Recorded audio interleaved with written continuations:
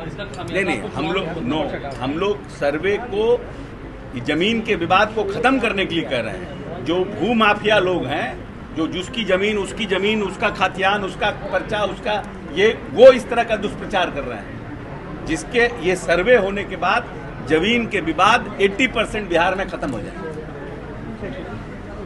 झारखंड में जेपी का कितना सीट शेयरिंग रहेगा? हम लोग नोटिस नहीं लेते प्रशांत किशोर का। केंद्र सरकार ने गृह विभाग ने वहाँ से लेटर भेजा है बिहार सरकार को कि जो बांग्लादेशी शरणार्थी 1971 में आए थे उनकी क्या स्थिति है, ये सूची एक तैयार करने की बात ऐसा हमको उसकी जानकारी हम नहीं समझ पा रहे हैं। बांग्लादेशी 1971 में जो आए थे शरणार्थी 1 करोड़ के लगभग आए थे भारत में, तो उसमें से कितने लोग हैं बिहार में, उनकी क्या स्थिति है, एक रिपोर्ट मांगा गया है। हमको जानकारी नहीं है, तो हो सकता है कोई डेटाबेस बना रहे होंगे, हो सकता है कोई डेटाबेस, क्योंकि जो बांग्लादेश में घटना हुई है उसके बाद भारत सरकार कोई फर्दर कोई और नहीं आ जाए, नए कुछ को लोग आ जाएं, कुछ डेटाबेस क्या है हमको I don't have any idea. Kejriwal ji को बेल मिल गया है, केजरीवाल जी को बेल मिल गया है, न्यायालय का न्याय निर्णय है। बेल मिलना नहीं मिलना में ना हम खुशी, कहाँ हम उस पार्टी के हैं, ना हम दुख व्यक्त कर सकते हैं, ना हम खुशी व्यक्त कर सकते हैं। न्यायालय का निर्णय है, ना हमारे लिए कोई खबर है। सर, बंगाल में कल मीटिंग बुलाई गई थी सरकार और डॉक्टरों के बीच 16 सलाह को लेकर लगातार तेजस्वी यादव हमला कर रहे हैं, कह रहे हैं कि अपराधी को कभी सीएम हाउस बुलाते मिलने के लिए, कभी खुद ही चले जाते हैं उनके आवास में। अच्छा, अगर ये इतना जोर से बोल रहे हैं कि अपराधी हैं, तो इनकी पत्नी को ये टिकट काहे दिए, क्यों सिंबल दिए? ये तो प्रश्न पूछेंगे ना हम कि अगर अनंत सिंह अपराधी हैं तो उनकी पत्नी को सिंबल क्यों दिए? इसका जवाब तेजस्वी यादव जनता को दें, तब फिर हम बताएंगे। नीतीश कुमार क्यों गए थे? नीतीश कुमार किसी के घर पे नहीं गए थे, नीतीश कुमार बाढ़ जाने के क्रम में गए थे, और नीतीश कुमार कम से कम अनंत सिंह के यहाँ 50 बार जा चुके हैं अपने राजनीतिक पूरे कार्यकाल में, कोई पहली बार नहीं गए थे। लेकिन तेजस्वी यादव ने पहली बार टिकट दिया था, जानते हुए लालू प्रसाद यादव ने उनको अपराधी कहा था, उनके ऊपर किस तरह की उनके ऊपर विपत्तियां आई थी जब वो नीतीश जी के साथ थे, फिर भी आपने टिकट दिया। दोषी कौन, नीतीश कि लालू? जनता को सोचना। सर, मल्लिकार्जुन खड़गे डॉक्टर नहीं पहुंचे और ममता बनर्जी ने कहा है कि अगर बंगाल की आवाम चाहेगी तो वो जो है इस्तीफा दे देगी।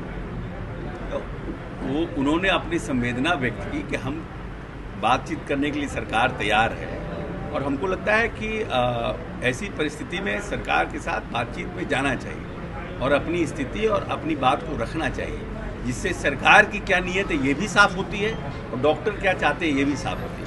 ऐसे तो डेडलॉक हो जाएगा ना। हमको लगता है डॉक्टरों को जाना चाहिए था, प्रदेश की मुख्यमंत्री ने बुलाया था और उसमें जाना चाहिए था, अपनी बात रखनी चाहिए थी, जो डिमांड्स थे वो रखने चाहिए थे, जिससे सरकार उसको पूरा कर सकती नहीं कर सकती ये।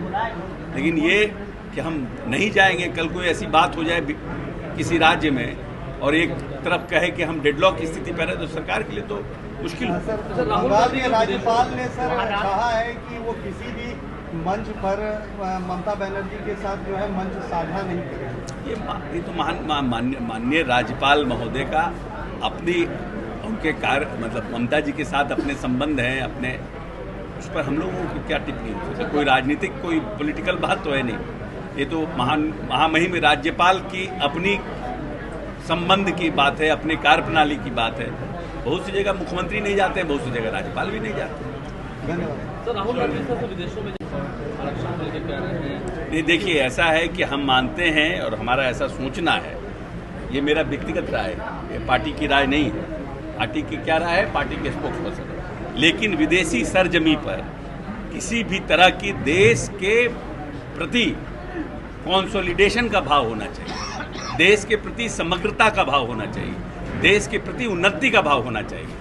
अगर अटल बिहारी वाजपेयी जी का जब विपक्ष में थे और भारत का प्रतिनिधित्व कर रहे थे यूएनओ में, उनके भाषण को सुनिए, किस तरह से उन्होंने देश के मान सम्मान की बात की थी। तो कोई भी नेता अगर विदेशी सरजमी पे जाता है, वो देश की उन्नति का और देश को आने वाले समय में हम कैसे सुपर पावर बना सके उसकी बात होना चाहिए, जिससे कि लोगों को लगे कि देश हित में सभी राजनीतिक दल एकमुश्त हैं, एक साथ हैं, और देश के अंदर जो आपको बात करना है वो बात करें। विदेशी सरजमी पर देश के प्रति या देश की इंटरनल पॉलिटिक्स की अगर चर्चा आप करिएगा तो उससे देश की छवि खराब होती है। वाला वीडियो उनके पास है, वो सार्वजनिक करना चाहिए। झूठ बोलने से अच्छा है कि उसको सार्वजनिक करें। उन्होंने कहा कि जेडीयू बीजेपी के जितने नेता हैं वो हमारे यहाँ आए, हम उनको दिखाएंगे। मौका है, जब आप पब्लिक में बोल रहे हैं तो पब्लिक में सार्वजनिक कीजिए ना।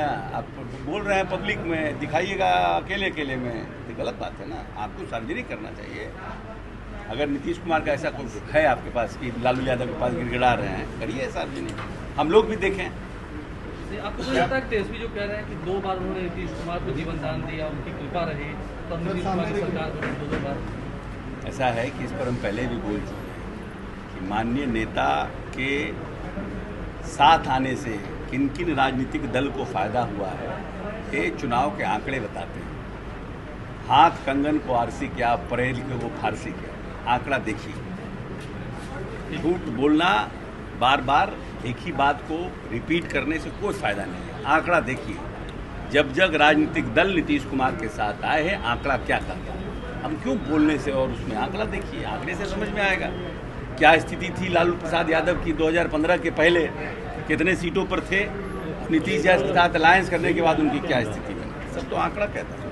कह रहे हैं कि अशोक चौधरी भी बीजेपी के संपर्क में है। नहीं, हम तो सबके संपर्क में हैं। हम तो आपको पहले कह चुके हैं, पुतिन से लेके जो बाइडन से लेकर के देश के जितने इंटरनेशनल लीडर हैं, हम सबके संपर्क में हैं। तो निश्चित रूप से भारतीय जनता पार्टी के भी संपर्क में होंगे। सर, बहुत परेशान है कि लोगों की परेशानी को कम करने का सरकार की नीयत है और सरकार का ये प्रयास है कि बहुत से लोगों का परिवार में बंटवारा हुआ, दादाजी के समय बंटवारा हुआ, कुछ भाई ने ज़मीन बेच दिया, कुछ लोगों ने ज़मीन अपने पास होल्ड किया।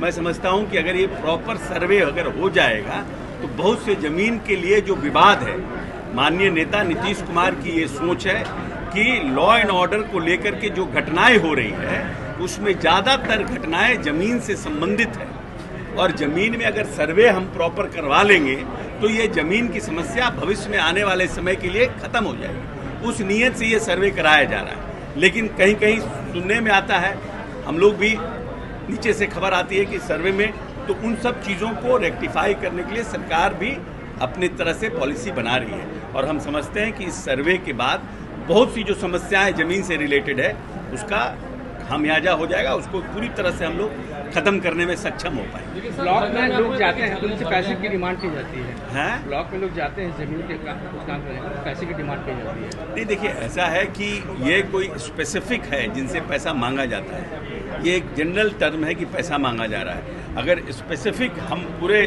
शिद्दत से कह रहे हैं कि अगर लोगों को किसी भी कर्मचारी, राजस्व कर्मचारी, सीओ के द्वारा पैसा मांगा जा रहा है या कोई शिकायत है तो वो विजिलेंस में इसकी शिकायत करें। हम लोग वैसे लोगों को ट्रैप करेंगे और भीतर बंद करेंगे, क्योंकि हम तो देश प्रदेश की जनता के हित में ये पॉलिसी लाए हैं, और उसका कोई नाजायज फायदा उठा रहा है और अपने लोगों को, प्रदेश की जनता को तंग तबाह कर रहा है, ब्लैकमेल कर रहा है, वैसे लोगों को दंडित करेंगे। ये हमारे माननीय मंत्री जी ने भी कहा है, उन्होंने फ़ोन नंबर जारी किया है राजस्व मंत्री ने। चुनाव से पहले आप लोग जो लैंड सर्वे तौर पर कहा कि अगर 20 सीटें हमारे पास अधिक रहती तो जो 400 का नारा दे रहे थे वो जेल में रहते। हो सकता है उनका ऐसा सोच होगा कि हम आएंगे पावर में तो अपने विरोधियों को जेल भेजेंगे, लेकिन अनफॉर्चुनेटली महादेव ने उनको पावर ही नहीं दिया, क्योंकि महादेव अगला को जेल भेजना नहीं चाहते थे। बैड लक हो गया उनका। केजरीवाल को शराबबंदी पर जीतन राम मांझी सवाल कर रहे हैं, कह रहे हैं कि सफेद पोश लोग शराब पीते हैं लेकिन प्रशासन उन्हें पकड़ती नहीं है। रात में सफेद पोश लोग शराब पीते हैं। प्रशासन जानकारी सरकार को देनी चाहिए कि ऐसे कौन प्रशासन के लोग हैं जिनके मिलीभगत से ऐसा हो रहा है, हम लोग उस पर कार्रवाई करेंगे।